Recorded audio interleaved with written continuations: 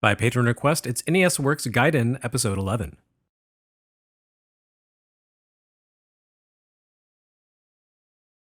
The overarching goal of NES Works isn't simply to describe NES games, it's to create context by which to better understand those games. Why some games turned out poorly, why some seemed so innovative and fresh. Why some are better today than you might expect if you discovered them by randomly picking a title from a pile of ROMs and going in blind. The simple act of covering releases chronologically does a lot to provide that context, as does diving into the histories of their creators and the often lengthy delays between Japanese and US releases. But there's an intangible element that should be considered as well, one that can be harder to pin down: the cultural and business context surrounding those games. By patron request, we're going to dig into some of that here. As a very old person who has been an active NES fan and follower since sometime in the mid-80s, that's something I'm able to speak to, at least to a certain degree. Of course, I can only approach the topic of NES fandom and business from my own perspective. My hope is that by pinning down as much of that information as possible in this episode, I can help contribute to a larger conversation about the relationship NES fans have shared with the console, not only during its lifetime, but into the present day. During its lifetime, the NES was largely seen as a product for kids. This is to some degree a function of retail. Video games and toys were largely synonymous in many places, but the system's games themselves tended to be fairly simple, generally primitive, frequently cartoonish, and geared primarily toward adapting children's media rather than more serious material. While you certainly saw NES games derived from violent theatrical releases like Die Hard, RoboCop, and The Terminator, none of those tackled the source material with an authentic tone. Those games were your standard, bloodless, inoffensive action titles with familiar iconography bolted on in odd places. You didn't have to see the shredded, bloody souls of 8-bit John McClane's feet, or watch NES Alex Murphy dismembered slowly with shotguns. You just launched straight in and started jumping and shooting with these characters against endless armies of generic thugs that blinked into nothing when killed. Although the NES certainly had a small adult following, including parents who got a kick out of sharing their kids' adventures, or seniors who put in their daily hour with Dr. Mario and became pro-level players. But these were exceptions to the rule. Really, the NES was made for kids. This was especially true of the marketing and media that surrounded the system. Granted, adult collectibles didn't even really become a thing until Generation X refused to leave behind its childhood in the late 90s, but even so, NES merchandise was laser-focused on young children. Things like sleeping bags emblazoned with Mario prints, and No Tears, kid-safe shampoos in containers shaped like Princess Toadstool were the order of the day. The most popular licensed NES publications were NES Power, which contained simple language and paste-up design work that reeked of safety scissors and Elmer's glue. There were Scholastic's Worlds of Power books, basic-level literature that interpreted video game plots for a second-grade reading level. And there was The Wizard, which spoke to 8-year-olds by putting one of their own kind on the screen and presenting a compelling message. If you get good enough at NES, you too might be able to play Super Mario Bros. 3 months before anyone else while hundreds of other kids cheer you on. The NES, in short, was treated like a baby's toy during its lifetime. Its rehabilitation would come later. Nintendo discontinued the NES as a product in 1994, with February's release of Wario's Woods capping the platform in America. The system had already fallen into the void of secondhand systems, as most game enthusiasts had shifted their attention to Sega Genesis and Super NES over the preceding years. The NES would continue to haunt toy stores through the end of the decade, with reprinted games filling overstock bins, and the console standing in as the budget alternative to 16, 32, and 64-bit systems. But it ceased to be a viable contender in the marketplace and sank even further into the morass of being a kids-only system, handed down to young siblings so big brother or sister could play Super Nintendo. But soon after the NES's retirement, something changed. Several somethings, actually. Perhaps most importantly, the World Wide Web was formally adapted by the W3C organization in 1993 and began to reach mass acceptance as a platform throughout 1994. As the NES sank into obscurity, the web emerged as a free-to-access internet protocol linking documents for academic, commercial, and casual users alike. Meanwhile, the early 90s had seen the advent of console game emulation on personal computers. The earliest public emulators had appeared in Japan, in Japanese, largely restricted to Japan-only legacy devices like the FM Towns Marty. This was the case for Pasofami, which debuted for FM Towns Marty in 1993. But in 1995, Pasofami was translated to English and ported to Windows 95. It quickly inspired a legion of imitators in the West, including iNES, LandyNES, and eventually, in 1997, Nesticle. The one thing all of these emulators had in common was that they focused on recreating the same platform, the NES. The NES honestly wasn't the most logical choice to become early emulation's poster child. The console ran on a variant of the 6502 processor, which was less common in computing devices than the Zilog Z80 that powered machines by Coleco, Sega, Sinclair, and even Nintendo. But emulator creators were likely drawn to the NES for a few reasons. First, the console was the most popular 8-bit system in all the regions where those early hackers cobbled together their emulators: Japan, the US, and Russia. Pasofami is a Japanese abbreviation of sorts for Personal Computer Famicom. INES needs no explanation, and even Landy NES's name hints at its origins. Landy sounds an awful lot like Dendy, the catch-all term for bootleg NES hardware that was so popular in Russia during the 90s. Nostalgia and familiarity inspired these programmers to focus on their favorite childhood console. And therein lies the greatest luxury the NES enjoyed in the 90s. The kids who played it in the 80s had begun to come of age. The rise of the web as a platform for software to be freely disseminated around the world happened right as nerds who cut their teeth on Super Mario and Mega Man reached high school and college, where they had access to the web and both the free time and motivation to break down the NES and recreate what made it tick. The arrival of the INES emulator and its .NES file format gave ROM dumpers a standard to work around. NES games were tiny in terms of file size, maxing out at a couple of 100 kilobytes, meaning they could easily be shared on sluggish dial-up connections and on websites with tiny limited monthly bandwidth. And free web hosting services like GeoCity and AngelFire gave NES fans a platform not only through which to communicate, but to build communities. So-called web rings drove NES fans from one NES-focused site to the next, boosting one another via networking. The NES web community was bolstered by emulation. Free access to game ROMs and a means to play them on the same computer used to download them allowed kids who had lost touch with the NES to return to favorites and catch up on the late-era greats they had missed. But it wasn't only about playing free games. The NES community thrived by sharing information. Early comedy sites like Sean Baby and Something Awful thrived on excoriating the bad or opaque games NES fans remembered renting as kids, much to their disappointment, or that they discovered while trawling ROM dump lists. ROMs from any region could run on any computer, which led to American kids' first encounters with oddly named Japanese releases like Nuts and Milk and Armored Scrum Object.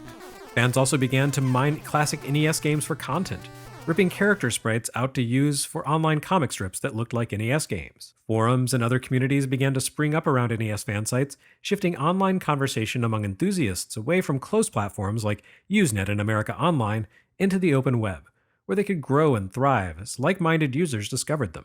The NES Renaissance also led to the popularization of overlooked classics like Kirby's Adventure and Little Samson, and the rehabilitation of misunderstood genre-bending greats like The Guardian Legend and River City Ransom. And while those early comedy sites did a lot to shape future perspectives on the NES's legacy, others in the community were inspired to commit acts of documentation and digital archaeology. Websites soon sprang up that were dedicated to creating definitive breakdowns of the NES library, the games, their variants, and their rarity. These echoed the older generation of documentarians who had already dedicated their resources to doing the same for second-generation consoles, like the Atari 2600 and ColecoVision. The unique nature of the NES, though, resulted in much wider-ranging efforts than Atari's consoles inspired. The NES was as popular in Japan as in the US, meaning there were thousands of additional games and variants to document not only across the Japanese Famicom, but also the disk system add-on. The NES's life had also been chronicled far more completely in media than earlier consoles had been, meaning that magazines of the era offered treasure troves of teasers and ads for games that radically changed before release or simply never appeared. The hunt for surviving pre-release versions of these games became crusades for some diligent NES enthusiasts. Japan's extensive library of unique releases also inspired adventurous fans to begin hacking apart the game's code in order to convert the in-game language to English or other European languages, bringing those classics to Western audiences for the first time. In short, the advent of the World Wide Web happened at the perfect time to turn the NES into a juggernaut of nostalgia. It allowed game files to spread far and wide, along with emulators that could play them, reminding fans of the good times they'd had with the NES while introducing them to all new experiences, connecting enthusiasts from around the world to collaborate and share their passions. Another important thing happened around this time too. Consoles went 3D. The arrival of the PlayStation, Saturn, and Nintendo 64 brought a massive sea change to gaming. Not only did the move to 3D change the way games looked, it also reshaped how players controlled them, how the games were designed, and of course how they played. The NES, with its 2-button controller and simple visuals, was a welcome harbor of familiarity and comfort amidst these upheavals. The 3D generation inspired fans to rediscover classic systems, and the NES inherently offered the most fertile ground to explore. It offered the most games, with visuals and mechanics that felt as far removed from 3D games as possible, while still capable of reasonable complexity. It also helped that around this time, Nintendo's hardware patents began to expire. Clone NES hardware began to surface, typically poor in quality and loaded with pirate software, but cheap and easily accessible. The NES was back to stay, though honestly the timing of its retirement and revival meant it was never truly gone.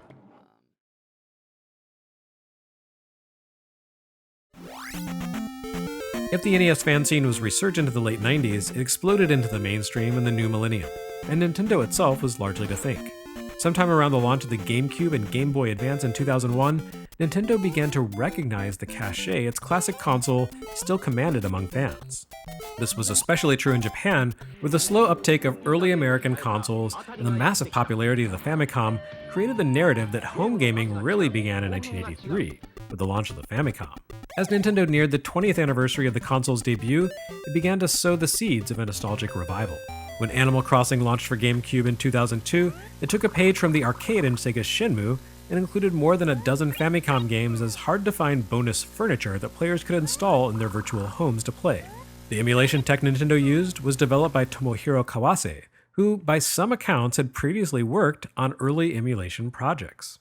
Whether or not that's truly the case, the novelty and scarcity of Animal Crossing's NES games, which included making some of the most desirable titles accessible only through rare, limited events or hacking, gave them outsized cachet.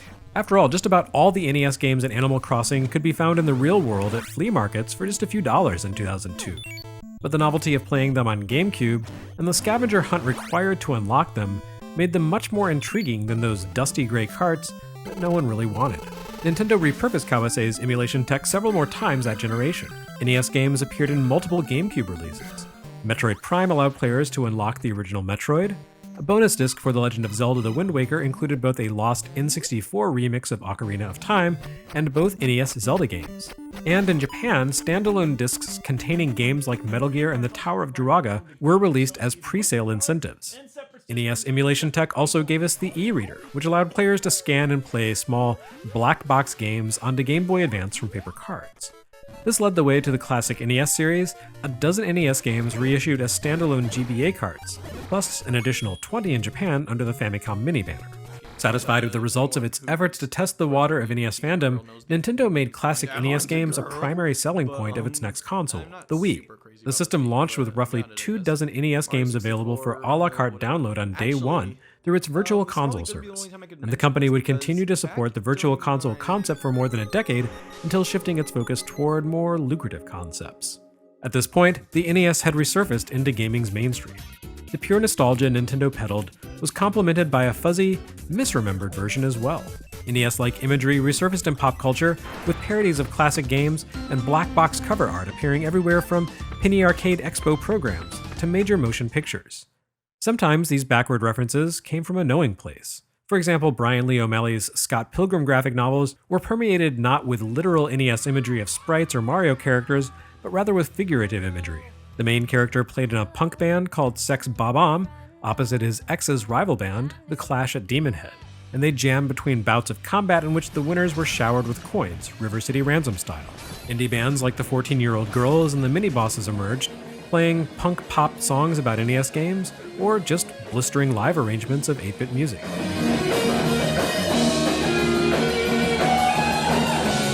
And in 2005, years before indie gaming even had a name, an indie developer by the name of Memblers assembled the first ever homebrew NES cartridge release, Garage Kart, a compilation of some amateur NES minigames. 24 copies are said to have been created and released in total. While the actual NES was an incredibly small platform for game developers to target, the idea of the NES made its way into countless games for other systems. The success of NES-style indie sensation Cave Story gave rise to dozens, if not hundreds of other games that aimed to be what you remembered NES games looking and playing like. Sometimes these missed the mark wildly, sometimes they were spot on, as with Inti Create's Mega Man 9, a game built to faithfully look and play like Mega Man 2. Sometimes they stood as their own thing, as with From Software's 3D Dot Game Heroes, which looked and played like someone had taken The Legend of Zelda and reworked it in an effects-heavy Minecraft engine. And every once in a while, a game even managed to capture the elusive spirit of what playing and loving NES was like in the 80s. No game managed this quite so effectively as Indie Zero's Retro Game Challenge, which riffed on a popular Japanese TV series to give players a compact journey through NES history. Its minigames riffed on simple early Famicom platformers like Ninja Jajamaru-kun, racers like RC Pro-Am, the early Dragon Quest games, and then culminated in a clever Ninja Gaiden alike. Retro Game Challenge owed its existence to Game Center CX, in which comedian Shinya Arano attempts to conquer a different classic game each episode. A cult sensation outside Japan, Game Center CX helped raise awareness of esoteric 8-bit games, even as it inspired imitators and successors. The arrival of YouTube in 2005 played a major part in the crystallization of NES fandom in the US and elsewhere. Amateur video producers could freely upload and monetize their work to the platform, along with raw video capture and eventually live video streams. NES-focused creators quickly became dominant personalities on YouTube. James Rolfe's character, the angry video game nerd, typified this new generation of NES fandom. His content built heavily on the work of early web pioneers like Sean Baby, but in a more mediagenic fashion.